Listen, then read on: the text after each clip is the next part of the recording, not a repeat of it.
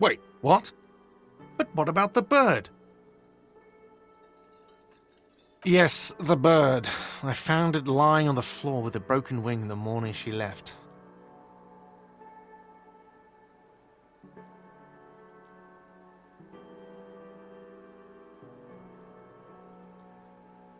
You broke the skewer!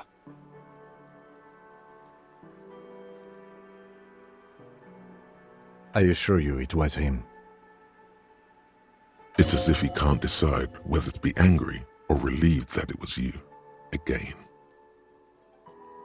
Why on earth did you have to break the skewer?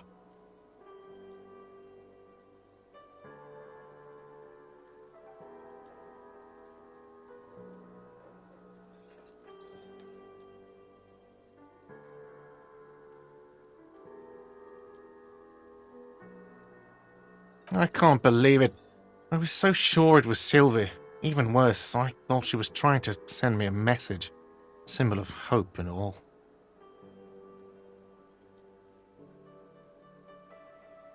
A tender type of hope. Something stirs in you. Perhaps this is why you broke it. All right. Did she say anything else? About me, you know? Did she say anything about me?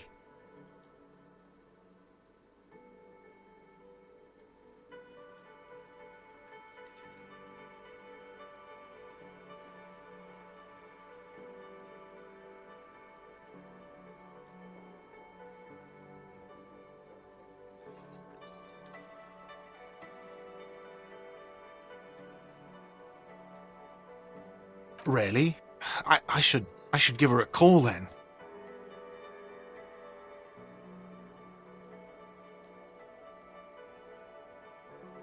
Thanks, I guess. Was there anything else you wanted, or...?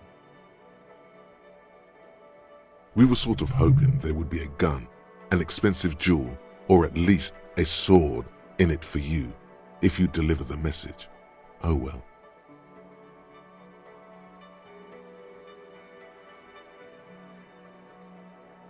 Absolutely out of the question. Absolutely in the question. First we find a sad banger. Then we sing this place to shit. Your body is ready, sire.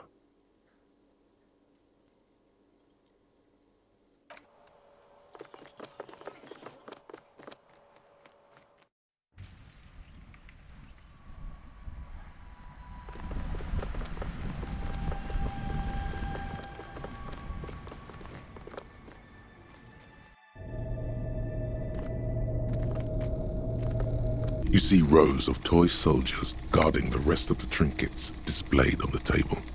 Some on horseback, others in rags, others yet in bright blue uniforms. All are stern and unyielding in their duty. Try to find something pretty and cool here, then use it to win her back. Yes, buy something nice, a figurine. Big men on big horses, clad in lamella armor and carrying flintlocks, the kind that would mow down a line of enemy soldiers in the blink of an eye. Franco-Nigerian knight. I used to be very serious about these guys.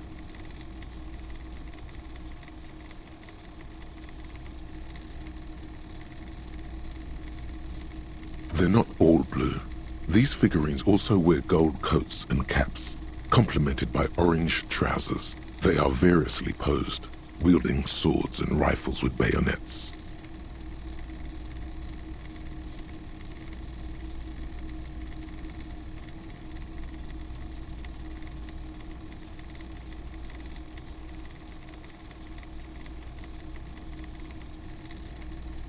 This is what the loyalists looked like, yes, at first. Then they wised up and got camouflage.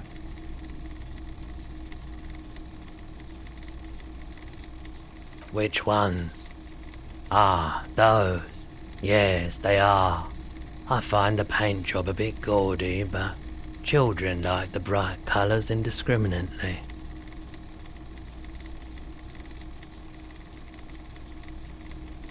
This set of soldiers isn't meant to look impressive. A few have rifles, but most of them carry pistols. Some even shovels and tall sticks. You're probably talking about the revolutionaries, yes? Yes, they are soldiers, revolutionary soldiers. I think their poverty has been exaggerated for effect. When you place them next to the royalists, it doesn't seem like they could possibly win.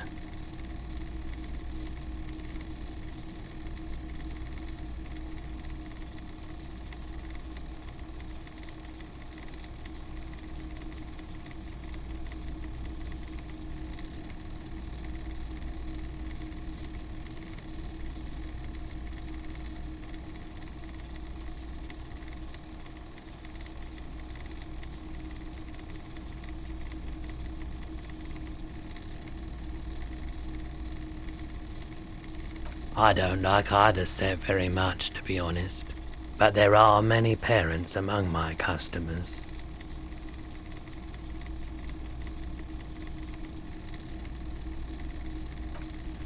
Why, what's this? A headless man riding a horse?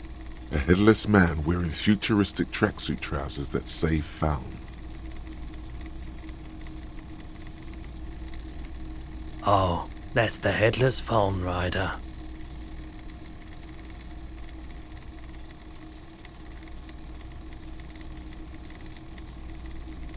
There's been a lot of interest in that particular figurine. I had to hide it so it wouldn't fall into the wrong hands. He doesn't elaborate on these wrong hands. It's unlikely that he ever will. I've heard about it. I've heard the headless phone rider rides a headless bull.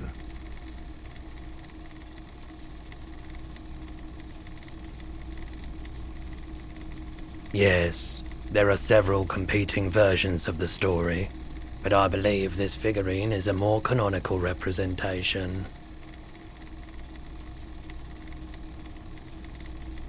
The Headless Phone Rider. It's an urban legend about a man who rides the streets of Revachol sporting a fawn tracksuit. As you see, he's missing his head. 50 cents. Bargain priced. I'll throw in the tiny cap too. I think he's looking for it, or something. That part of the story has many interpretations.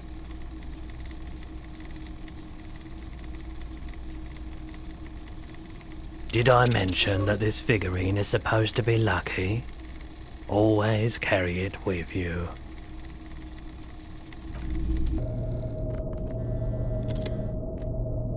If you don't mind, please put the flashlight away. Some of us have photonic sensitivities.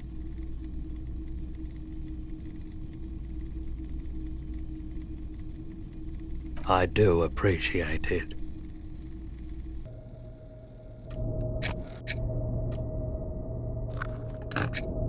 It's not often that I see officers from the RCM in my pawn shop. What can I do for you? His courtesy is not insincere, but he prefers being alone with his projector, just watching the movement of light across the walls of the shop.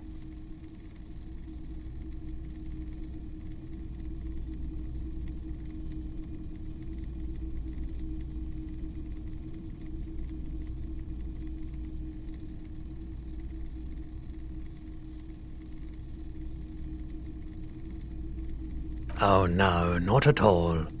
I guess I haven't had many customers lately, RCM or otherwise.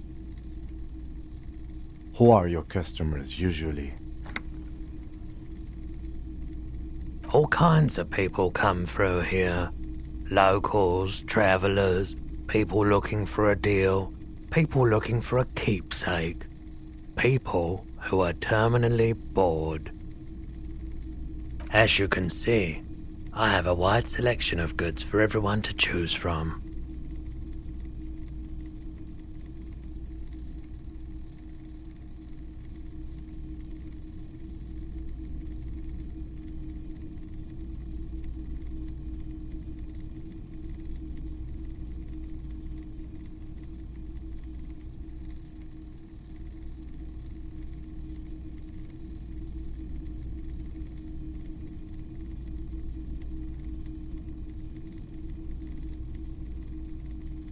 It keeps me entertained.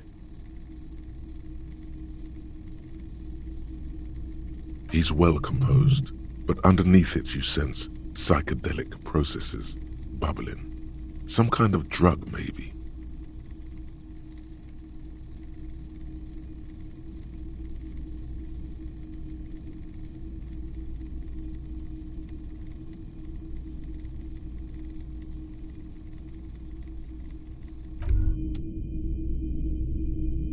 Hey, so we've been monitoring you internally, and now we know your Copo type.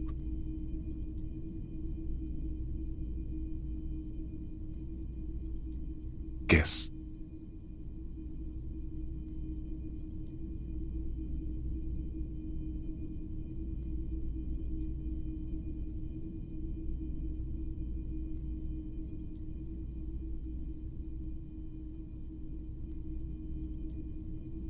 That is only a ludicrous daydream. Guess again. You're the... That is only a ludicrous daydream.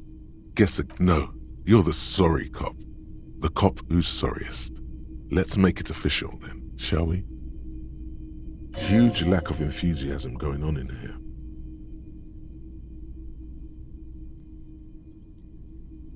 What? Jealous of the sorry cop? I think they'll be fine. Don't worry. They'll be super fine. It'll be totally okay. You can dual Copo type from sorry to anything.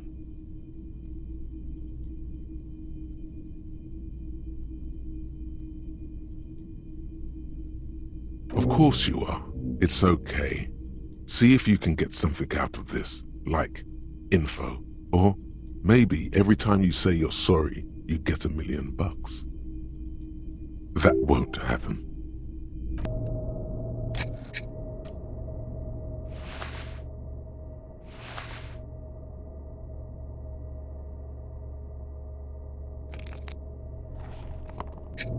Greetings on this fine night. What brings you here?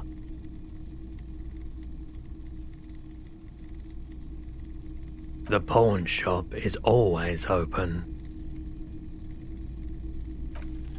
Feeling warm and enthralled by the movement of light, while the mind continues to race forward. Lucky bastard, he's probably on Parolidon. It's tough to come by on the street. A drug developed by the military to treat and prevent radiation sickness. It has psychedelic side effects, and it makes your eyes turn yellow.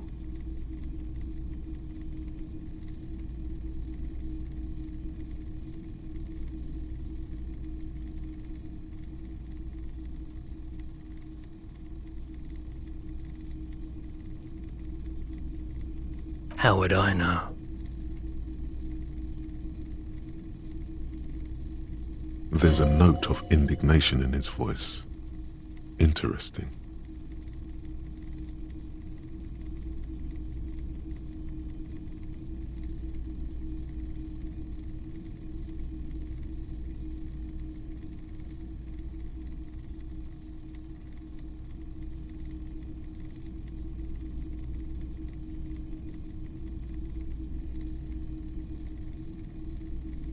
Parolidon is just something since the People's Power disaster.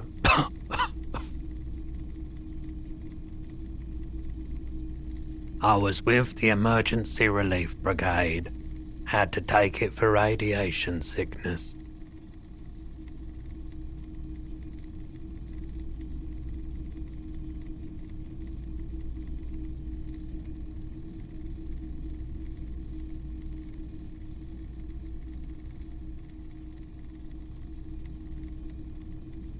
A bad idea. Some poor leftist built a particle decay generator in hopes of bringing affordable electricity to underserved communities. It malfunctioned. Radioactive waste everywhere. Probably some of it in you too.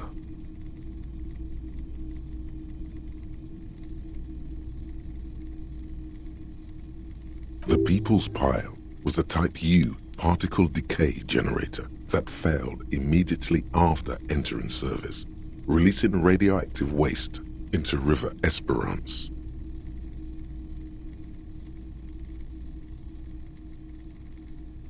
A primitive nuclear reactor, also called a pile. Construction began during the Commune of Revachol. The people continued work on it after the Commune fell. They wanted a cheap source of energy for Revachol West. Needless to say, things didn't work out. An emergency valve defect resulted in steam pressure blowing the turbine, taking the fuel containment vessel up in the explosion. Both the faulty design and lack of finances contributed to the catastrophe.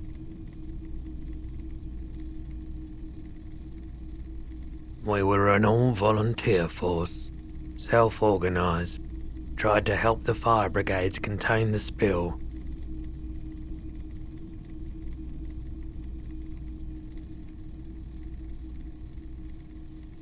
On the patch, gamma radiation lines crossed with a red drop of blood. I lived by the river since I was a small boy. The Esperance didn't have the art to let it all go to shit without trying to do something to help out.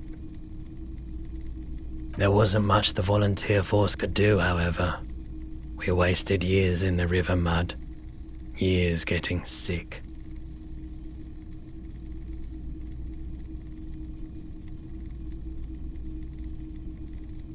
There's a reason why everyone's tried to forget any of it ever happened, and why no one has tried to repair or replace the pile. So much disappointment, and early deaths, cancer mostly. And we knew all that was coming even as we were cleaning up as best we could.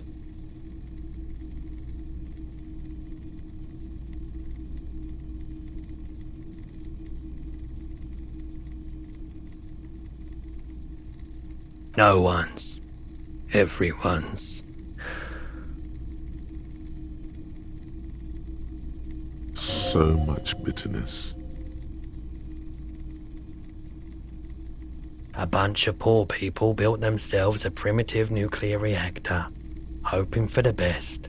What do you think is going to happen?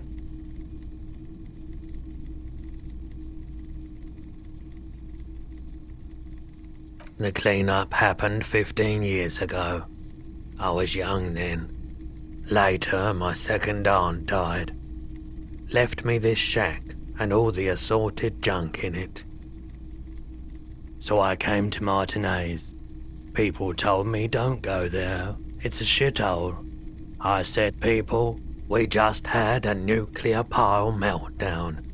I'm gonna get as far away from Forburg as I can. Still in the same city, but...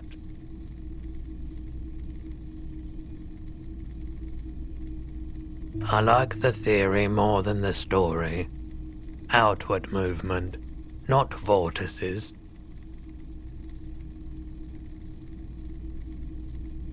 Yeah, you gotta get in on those vortices, my man.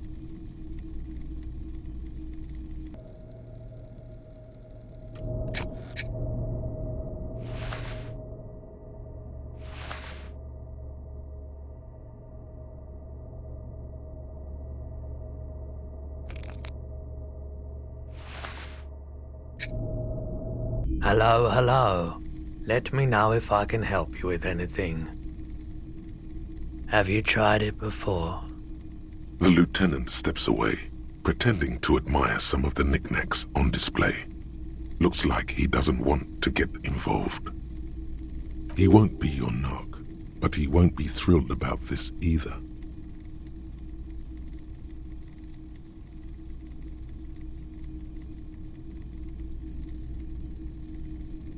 Every day, you look the part.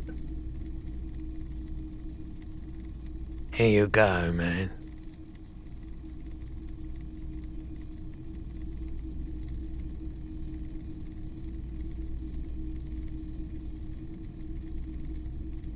Of course.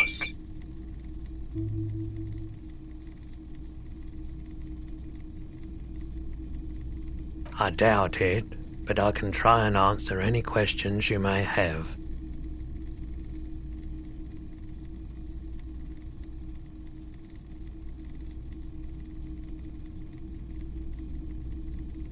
I do my best to keep my distance from all manner of butchery. Bad for business, bad for everyone. He doesn't know anything. He's been by the shop a couple of times. There was something awfully deliberate about that laziness.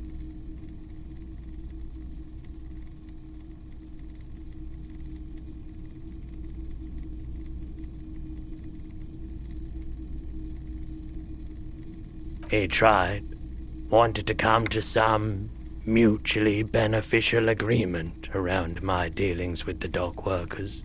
I politely declined to hear him out. So you don't know what kind of arrangements he was talking about? As I said, I refused to talk to him. That's why he came back a second time. That's also why he hasn't come back a third.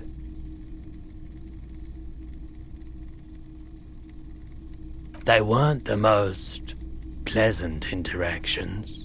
Small-town bigwigs always want everyone to play a part in the play they're staging. But I bowed out at some point.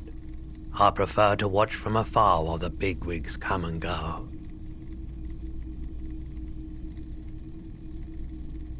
It was all very strange.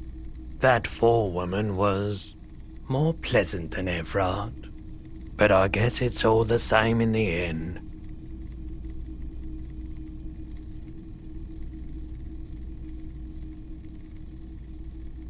He purchased a remarkably garish paperweight the first time he was here. Nothing the second.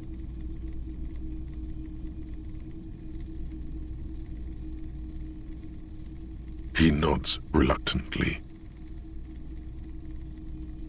The pawnbroker's gaze is already fixed on the dancing colors. Someone else came here earlier today asking the same question. I promptly sold her the gun you pawned a couple days back. The lieutenant shifts from one foot to another, alert.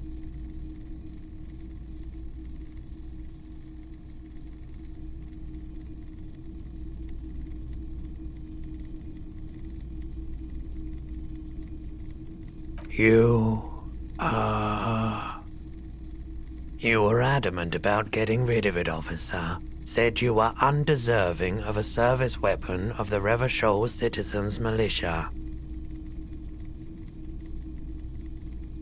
And I don't like keeping guns around the shop for long.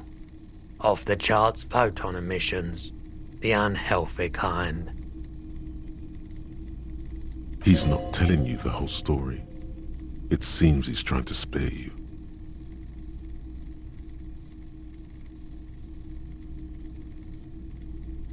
You weren't quite yourself, officer.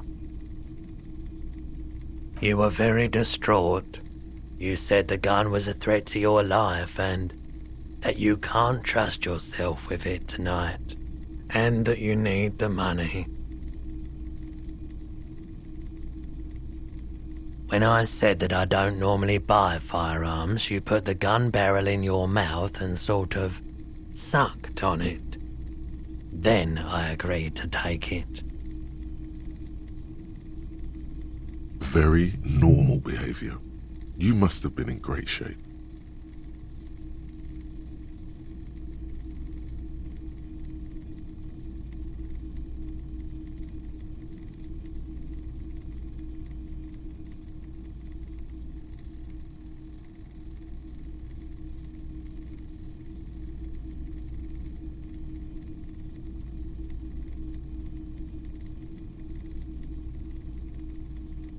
$15 real.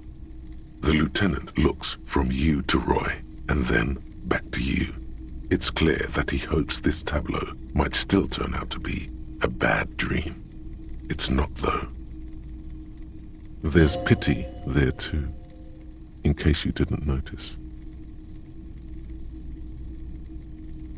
It certainly does, especially in Revachol. She didn't seem like a policeman, although she kept referring to herself as a pig, which was odd. I found her interest in the gun a bit obsessive, but I was just happy to get rid of it, and of her. Truth be told, she was terrifying. Right, so let me get this right. You sold your sidearm, issued by the citizens' militia, and now a civilian is running around the streets of Martinez with it? Miraculously, his face does not reveal what's happening inside.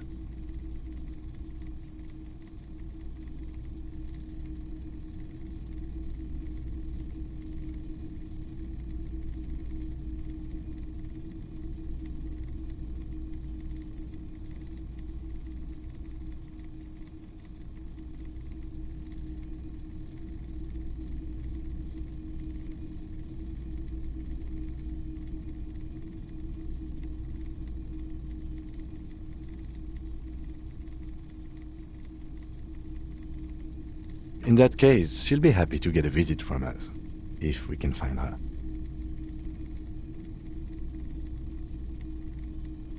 My apologies, officer, but I have no idea where she was coming from or where she went. A needle in a haystack. There is nothing you can do about it now. You'll just have to hope you luck upon her somehow. Of course.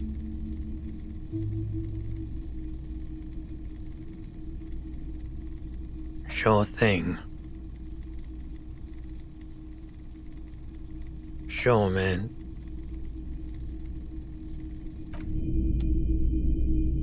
A typical Martinez streetlight sits among assorted floor and table lamps. Streetlights like this one were part of a renovation effort a few decades back. Sadly, the effort was abandoned before it was completed, and so these lights still illuminate crumbling streets. The light pole has been carefully cut, and the wiring has been redone and attached to a standard indoor plug. The light buzzes faintly, but persistently. This would make quite a statement in your living room. Yes, officer. As you see, it's in perfect working order. His manner is casual, but his speech is careful, measured. He wants you to know that he has nothing to hide. It was brought to me to be altered. We are not here to investigate the theft of city property.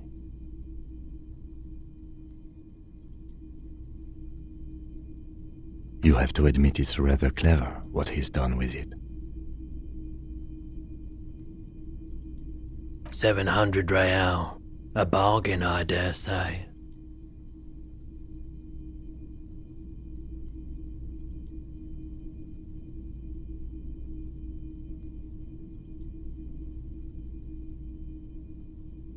Hey, I don't know where it came from, but it's not every day you get to buy and sell something so extraordinary.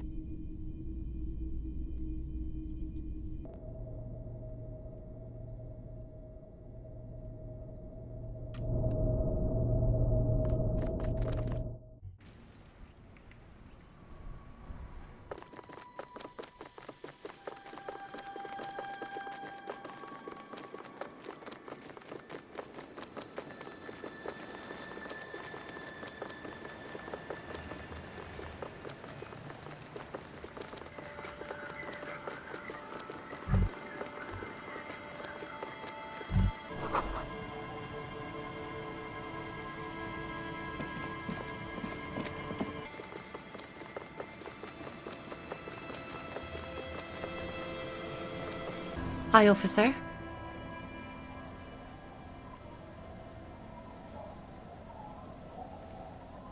Factory balanced, Bakelite and stainless steel. Anything I can help you with?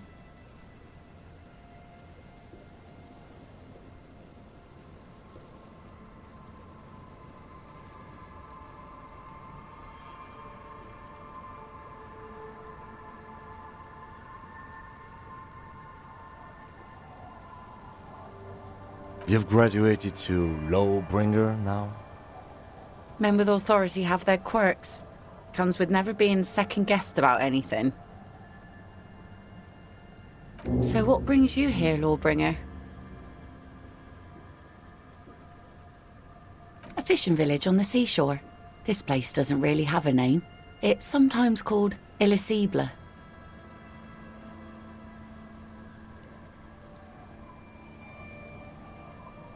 The sign on the street leading here is illegible. Has been since they built this place.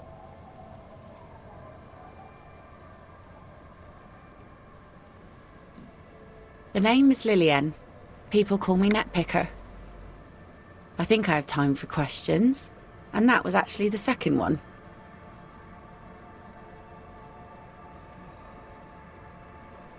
Indeed, you're always confused as to your whereabouts. Let's see. Who are you looking for? I don't think I know what these are. Care to elaborate?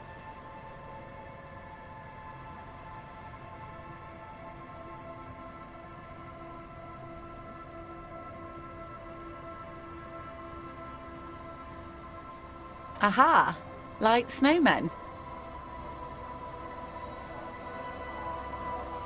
Two odd guys have been wandering around here, nose in sand, talking nonsense about snowmen and the like.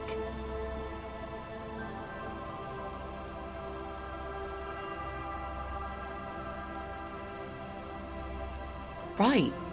Not only snowmen, also green men, monkey men burning rhinos. You get the picture. Oh, you're getting it, and it is gorgeous. I don't really know. Further down the peninsula, I guess. I mean, that's where they were heading. Who else are you looking for besides snowmen?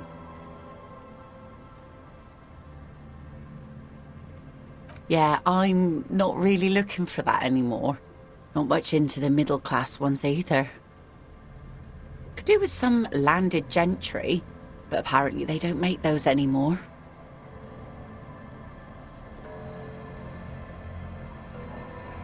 I wish I could help you with that, but I haven't seen your working-class husband. Maybe I can help you find someone else. She seems genuinely sorry for not being able to help you.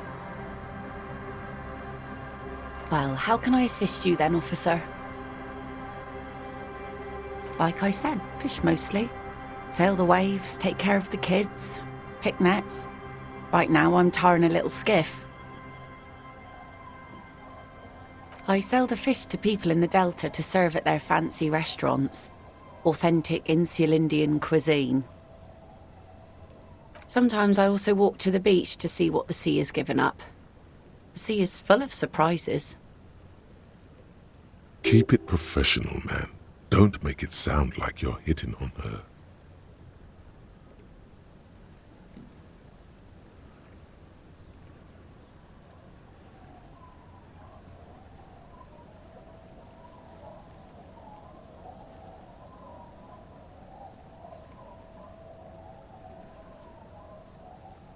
Wood, pieces of glass. Every once in a while we see dead bodies. Human, animal, fish, other odd sea creatures. A mine washed ashore once. Bottles, drugs also. Lost cargo in general. Most of the time it's just wood and glass.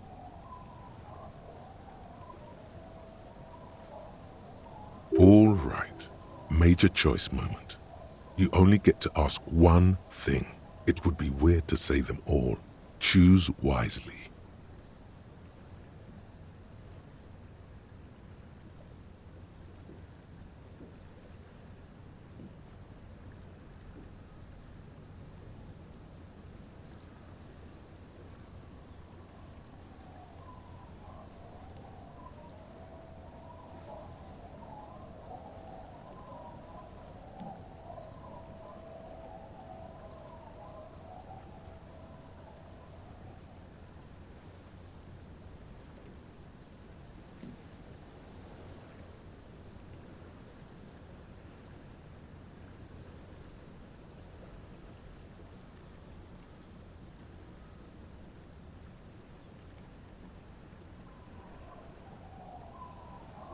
Well, you're barking under the wrong tree then, officer. I have no interest in floaters. Seen enough of them in my life already. Very unattractive bunch.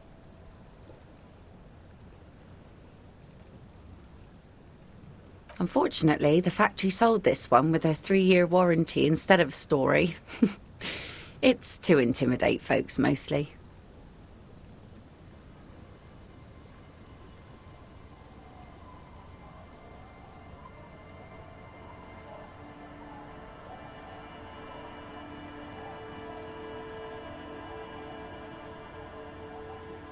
It's a regular mass-produced sword, like a shovel or an axe. Nothing fancy, just for intimidation. From time to time, people need a lesson in respect. That's just the way it is. Back in the day, I caught the eyes of many men.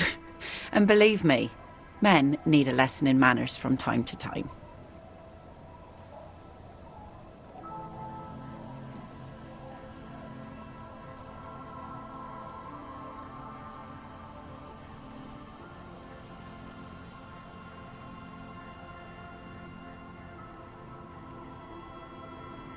No, I'm afraid not. Tempting to confiscate the blade I used to keep these animals in check. You would put me in an early grave. What makes you think we haven't? The truth is that almost everyone in this life is scared and tired and stupid and too dull for that. That goes for men too. But they put on an act for us. Pretend like everything's good and living in shit doesn't bother them. Like anyone falls for that.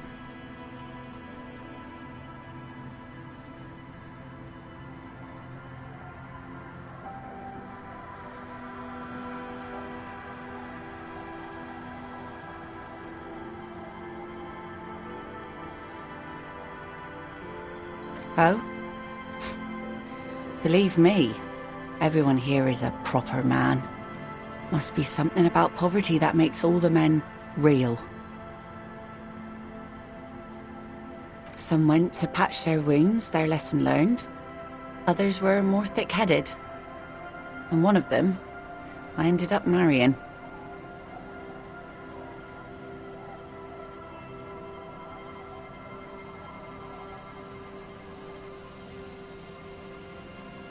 Gone.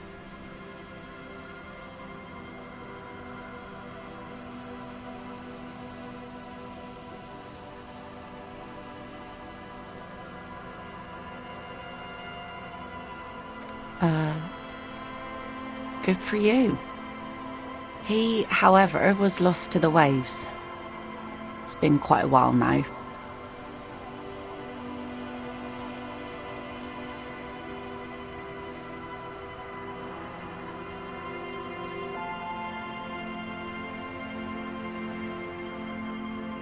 He didn't respect the sea.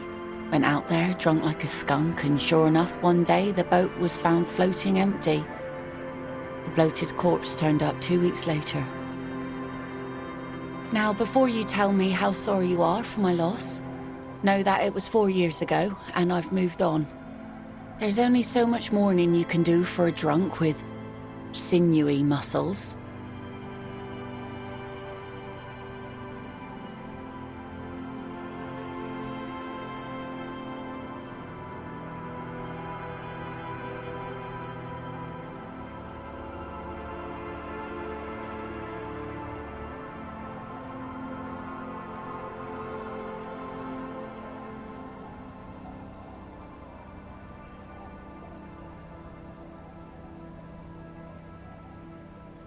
Us working folk don't have the luxury to be bedsick with melancholy.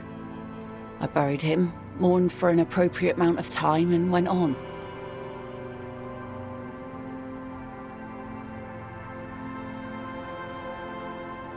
Life didn't really change that much for me and the kids.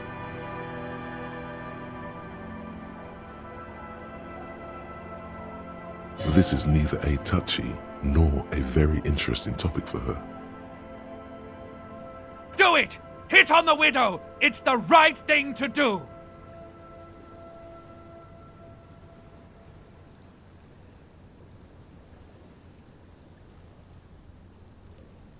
Sure is. The sun, I call her, coated with a fresh layer of tar just yesterday. It'll take some time for it to dry, assuming the sunny days continue.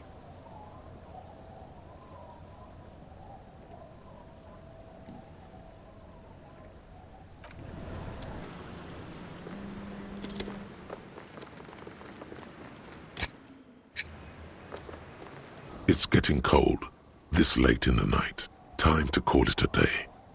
Good night, officer. We'll meet in front of the shack in the morning.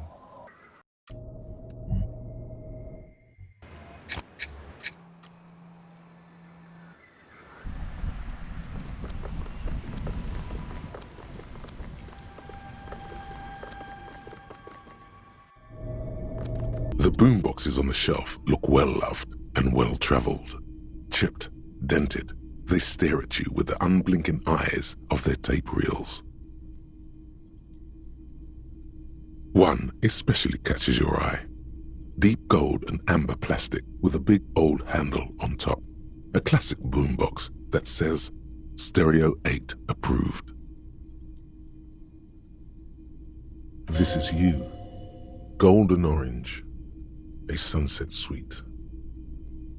Just make sure it works before you buy it.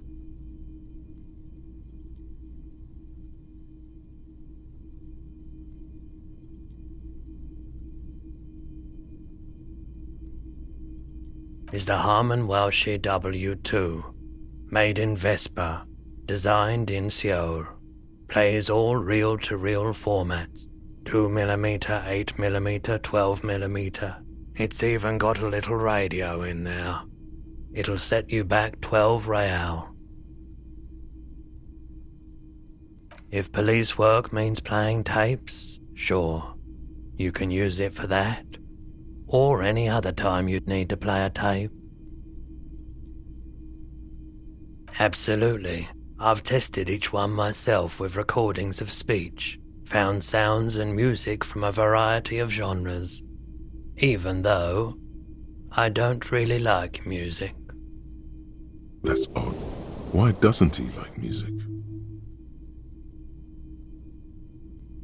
The stuff I record myself, silverware shaking in drawers as motor cars race by, nocturnal animals climbing on the roof, airship rotors, that kind of thing. Maybe you should ditch music as well. Get into these more experimental sounds he's describing. And here you are, quality sound reproduction on the go. It'll play anything, wherever, turn any tape into a conversation of sounds and shapes.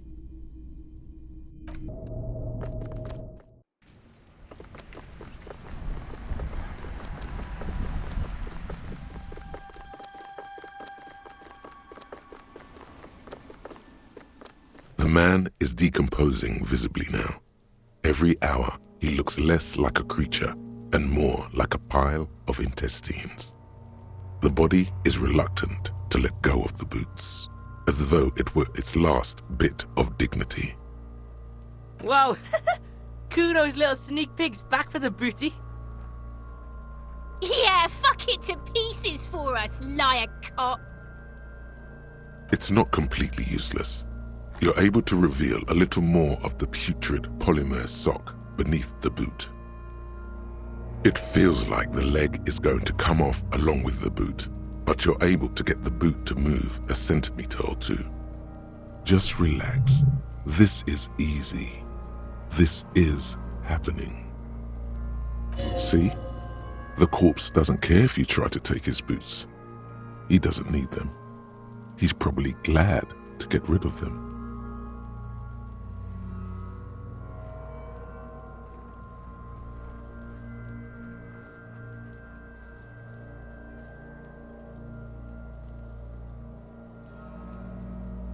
This is the right method.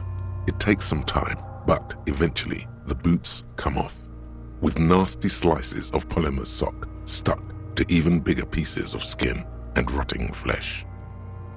Look, he's skinning the fucker up good. Pulko style. hell? Keep at it, pig. The legs look like they've been clawed at by wild animals.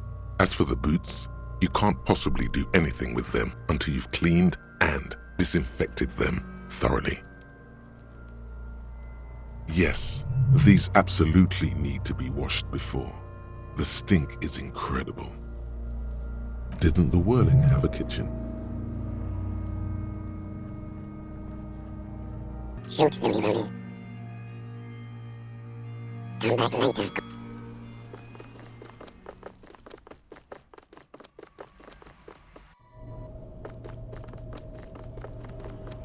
This industrial gas-powered stove has been used to prepare food for many hungry hostel guests. There are several pots and pans on hand.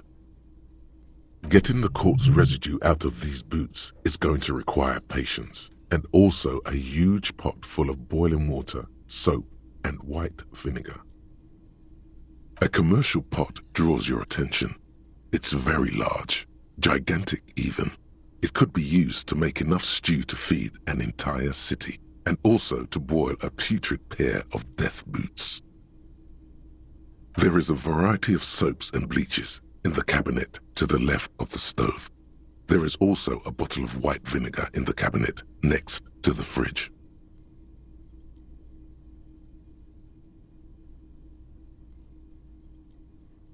The delicious smells of cheap soap and vinegar waft up from the pot. All right now, chef, light up the stove and boil them.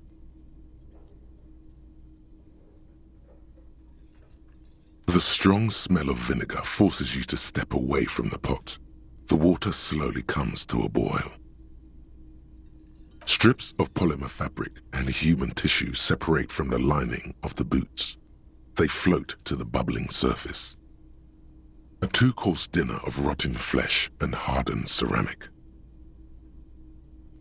The boots look cleaner and cleaner. Those bits of human flesh are beginning to look cooked. You can smell it too. Just like beef stew. That's it, chef. The boots are as clean as they're going to get. Steam dense with the smell of strange meat disappears into the vent above the stove.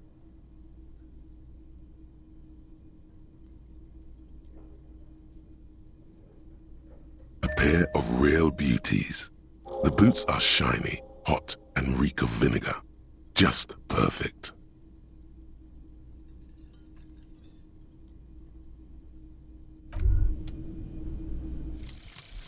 Apricot chewing gum scented one. August 2nd, early late summer. You're getting off the streetcar in Le Jardin, east of the river. Her father and mother are middle class. The nylon of her little jacket rustles next to you, in the dark, like autumn leaves. Her heels click on the pavement. You're walking up to the gate in front of her parents' house. She takes out her chewing gum and you kiss her. A feeling like electricity flows through your whole body. Immediately you know that you've entered a completely different world.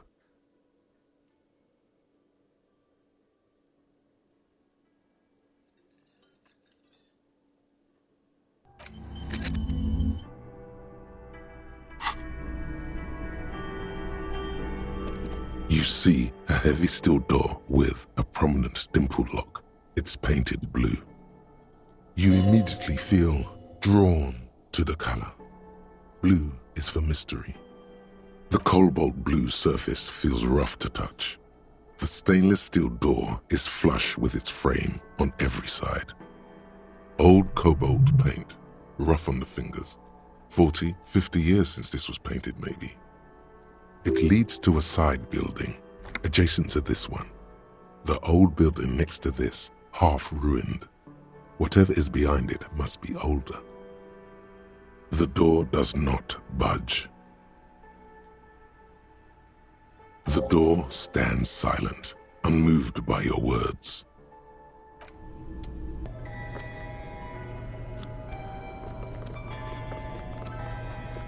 Can I help you? Another thing. Great. I love those. Oh, yes, that door, sure. There's nothing mysterious about it. It's just a door. No, I don't have a key. I don't know how to get there. And I don't care either. It's not like I've been wondering about it for 10 years. It's just a frit warehouse, probably. Or some boring storage space with a bunch of old junk and dust. Junk and dust. He's attempting to maintain an air of indifference. It's absolutely not convincing.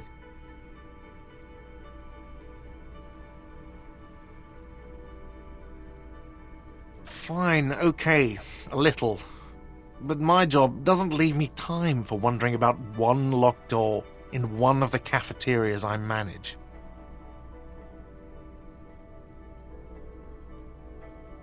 So, I haven't opened it. I have cleaned the whole place 100 times over, though, after the animals. And I haven't found a key, so good luck with that. Yes?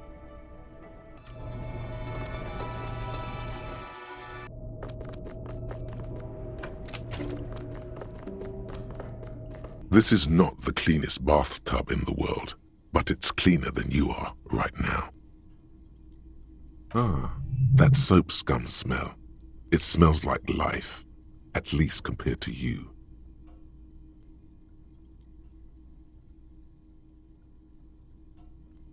The bathtub slowly fills with water. The water beckons. The water is only lukewarm, but still comforting, like amniotic fluid. A few beer cans are bobbing up and down along your flanks, like sad duckies. You feel nice and lonely, and so tired.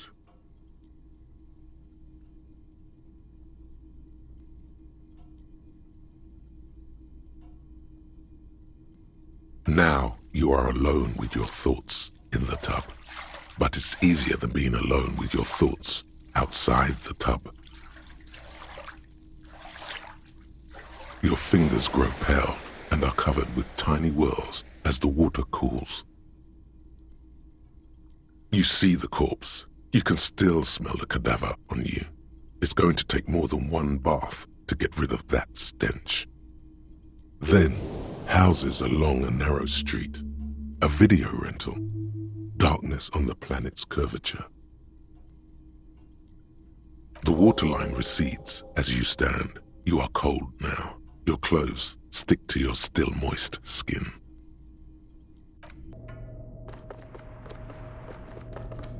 A mirror hangs on the bathroom wall. In it, your face, adorned with expression.